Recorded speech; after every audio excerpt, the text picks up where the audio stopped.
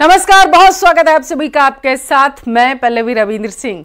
रूस ने परमाणु बम की धमकियां तो कई बार दी हैं, लेकिन अब की बार रूस ने सीधा अमेरिका को तीसरे विश्व युद्ध की धमकी दी है। वो चौंकाने वाली भी है और डराने वाली भी।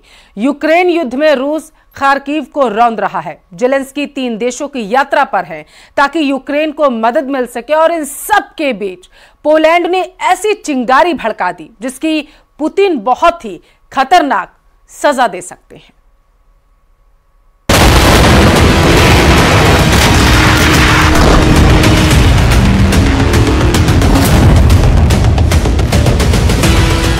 यूक्रेन से आई तबाही की ये तस्वीरें नई नहीं हैं। तीसरे वर्ष में प्रवेश कर चुका युद्ध यूक्रेन की करीब 60% जमीन पर बर्बादी की कहानी लिख चुका है।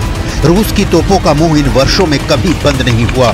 शहर, कस्बा, गांव, गली, यूक्रेन में आप कहीं भी चले जाएं, मलबे ही मलबे बिखरे पड़े हैं। ताजा तस्वीरें खार्किव की हैं। यूक्रेन के इस दूसरे सबसे बड़े शहर पर रूस की फौज आग बनकर बरस रही है।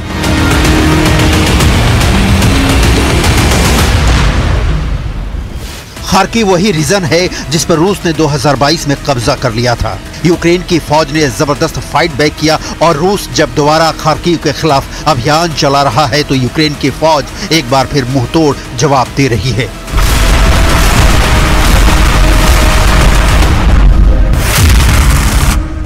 खार्किव यूक्रेन की राजधानी कीव पर कब्जे का गेटवे है। खार्किव पर कब्जे से पुतिन की सेना को न सिर्फ हारे हुए इलाके को जीतने का सुख मिलेगा, बल्कि सेना का मनोबल भी बढ़ेगा। खार्किव रणनीतिक रूप से इतना अहम है कि पुतिन कीव से पहले खार्किव पर पूर्ण विजय के लिए सेना को करो या मरो का आदेश दे चुके हैं।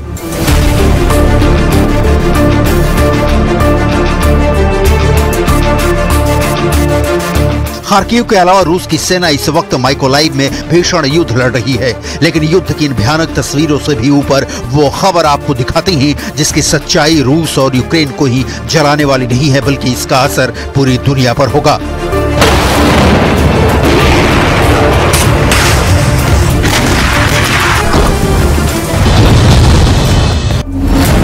रूस ने अमेरिका को दी तीसरे विश्व युद्ध की धमकी। रूस की जमीन पर हुआ हमला तो थर्ड वर्ल्ड वॉर तय। पोलैंड ने आग में घी डालने का किया काम।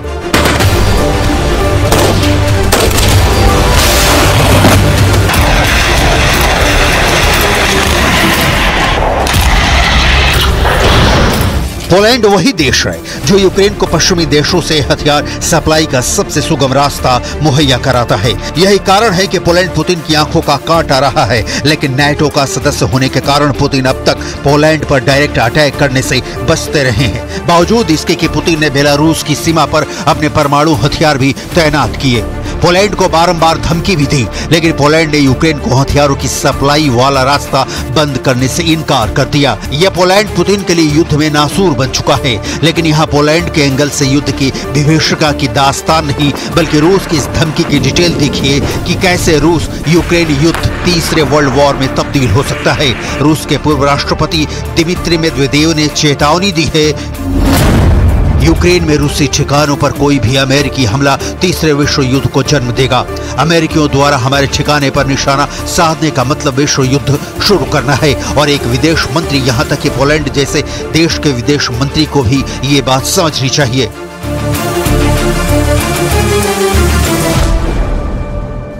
रूस के पूर्व राष्ट्रपति दिमित्री मेदवेदेव अभी रूस की सुरक्षा परिषद के उपाध्यक्ष हैं। उन्होंने पोलैंड के विदेश मंत्री सिकोरस्की की टिप्पणी पर यह बयान दिया है। पोलैंड के विदेश मंत्री सिकोरस्की ने दावा किया कि अगर मॉस्को ने यूक्रेन में परमाणु हथियारों का इस्तेमाल किया तो अमेरिका रूसी ठिकानों पर हमला करेगा।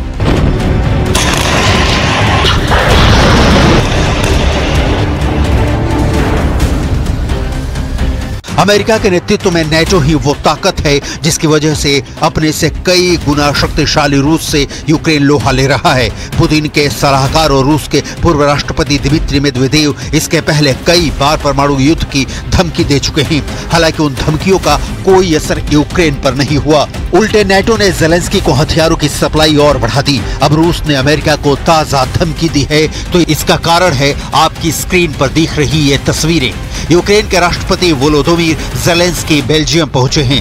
बेल्जियम ही वो देश है जो अमेरिका के ऑर्डर पर यूक्रेन को F-16 लड़ाकू विमान देने जा रहा है। या राष्ट्रपति ज़ेलेंस्की ने उन F-16 फाइटर जेट को भी देखा जो इसी साल यूक्रेन पहुंचने वाले हैं। ज़ेलेंस्की बेल्जियम के बाद स्पेन और पुर्तगाल जैसे देशों के दौरे पर जाने वाले हैं और इन सारी यात्राओं का एक ही मकसद है कि यूक्रेन को ज्यादा से ज्यादा हथियार मिले। रूस के हमले बढ़ने के बाद यूक्रेन हथियारों की भारी कमी का सामना कर रहा है। ज़ेलेंस्की के जनरल दुनिया को बता चुके हैं कि उनके पास जो मौजूदा हथियार है उनसे रूस का मुकाबला ज्यादा से ज्यादा 3 महीने तक किया जा सकता है। यही वजह है कि ज़ेलेंस्की चाहते हैं कि F-16 जैसे विमान जितनी जल्दी हो सके यूक्रेन पहुंचे और दूसरी ओर रूस है जिसे आशंका है कि ज़ेलेंस्की को F-16 मिला तो रूस असुरक्षित हो जाएगा।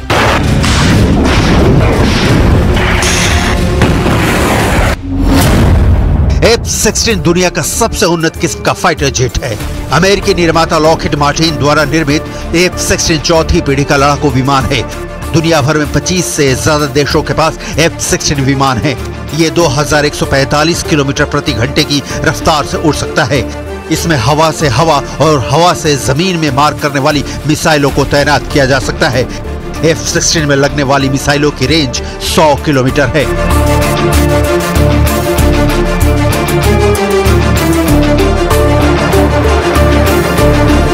यूक्रेन के पास जितने ज्यादा F-16 होंगे उतनी ही ज्यादा संभावना है कि इन विमानों को रूसी सेना के खिलाफ ज्यादा प्रभाव वाले मिशनों में इस्तेमाल किया जाएगा। F-16 लड़ाकू विमानों की पहली खेप जून या जुलाई तक यूक्रेन को सौंप दी जाएगी। हालांकि रूस का कहना है कि यूक्रेन को F-16 मिल भी जाए तो युद्ध मैदान में उसे स्थिति बदलने वाली नहीं। रूस का तो यहाँ तक दावा है कि F-16 फाइटर जेट की कार्ड उसके पास मौजूद है, लेकिन रूस ने साथ में ये धमकी भी दी है कि F-16 की क्षमता के कारण उन्हें परमाणु शक्ति से संपन्न माना जाएगा। जाहिर है यही कारण है कि रूस यूक्रेन के उन हवाई अड्डों को निशाना बना रहा है जहां से F-16 उड़ान भरेंगे। एक्सपर्ट मान रहे हैं कि ऐसे में यूक्रेन के सामने बड़ी चुनौती होगी कि F-16 मिल भी जाए तो उड़ान कैसे भरेंगे।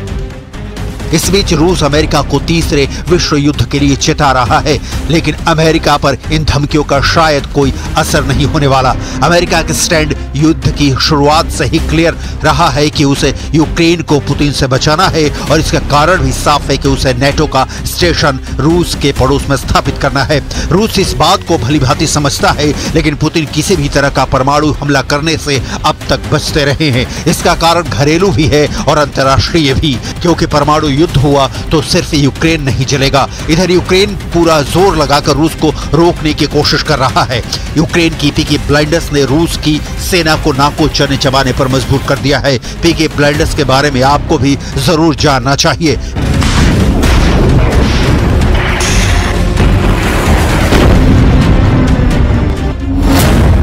पीकी ब्लाइंडर्स यूक्रेन की सेना की वो टुकड़ी है जो घात लगाकर ड्रोन से हमले करती है। इनके पास बड़ी तादाद में सस्ते ड्रोन हैं जिसे डेवलप कर रूस की सेना पर छोड़ रहे हैं। सेना की इस टुकड़ी का नाम पीकी ब्लाइंडर्स यूक्रेन के फेमस टीवी सीरियल के नाम पर पड़ा है।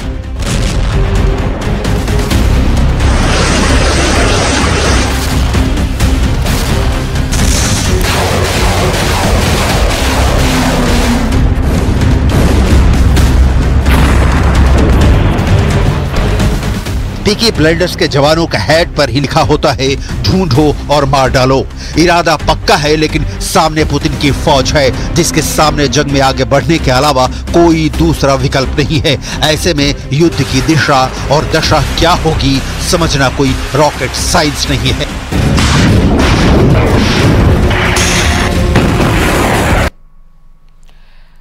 इजरायल और हमास के युद्ध के बीच बड़ा टर्निंग पॉइंट आ चुका है। इजरायल के प्रधानमंत्री बेंजामिन नेतन्याहू ने पहली बार कहा कि उन्हें गाजा में आम लोगों की जान जाने का अफसोस है।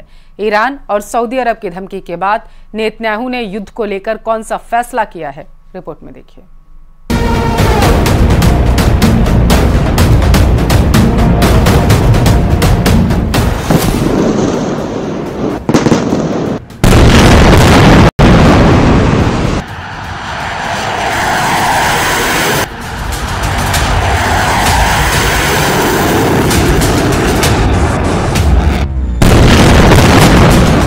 करीब 250 दिनों तक हजारों टन की बमबारी,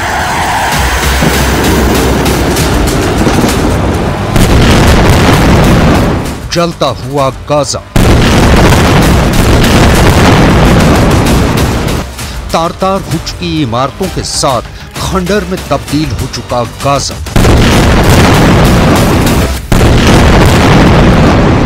सात अक्टूबर को इजराइल पर हमला करके जो चिंगारी हमास ने लगाई, उसका बदला इजराइल ने इतने बारूद से लिया है जो हिरोशिमा परमाणु धमाकों के बराबर है।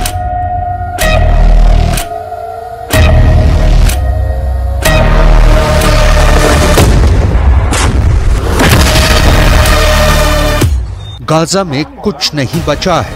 36,000 से ज्यादा लोगों की मौत हो गई, लेकिन नेतन्याहू रुके नहीं है। फिर 26 मई की रात को ऐसा क्या हुआ जिसने नेतन्याहू को सदमा दिया है? सदमा बहुत गहरा लगा है।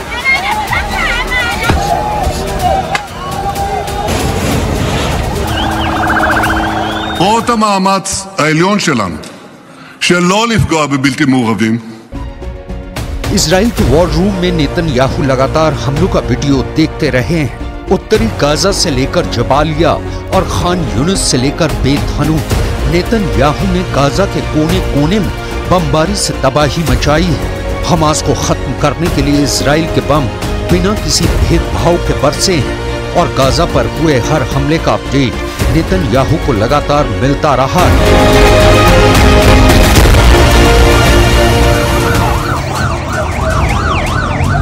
गाजा को मिट्टी में मिलाते हुए अचानक नेतन्याहू को ऐसा क्या हुआ कि उनके शब्दों में इजराइल सॉफ्ट नजर आने लगा।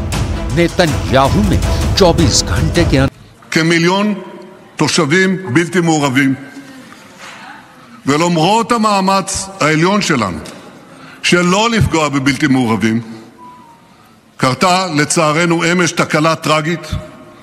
אנחנו חוקרים את המקרה, אנחנו נסיק את המסקנות.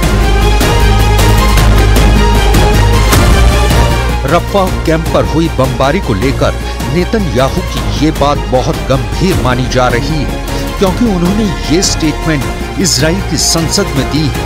दक्षिणी गाजा के रफ़ाह कैंप में जो हुआ है, ये जानना बहुत जरूरी है। रफ़ाह पर हुई ये बमबारी इजराइल के गाजा अभियान का टर्निंग पॉइंट बन सकता है, क्योंकि अब पूरी दुनिया इसे देखकर हिल चुकी है।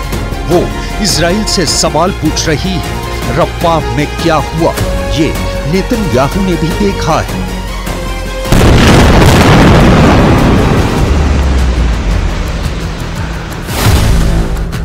इजराइल ने गाजा पर बमबारी जारी रखते हुए रफ़ाह कैंप को टारगेट किया। यहाँ शरणार्थी कैंप पर गोले बरसाए गए। रिपोर्ट में कम से कम 45 लोगों की जान गई है, जिनमें महिलाएं और बच्चों की तादाद ज्यादा है।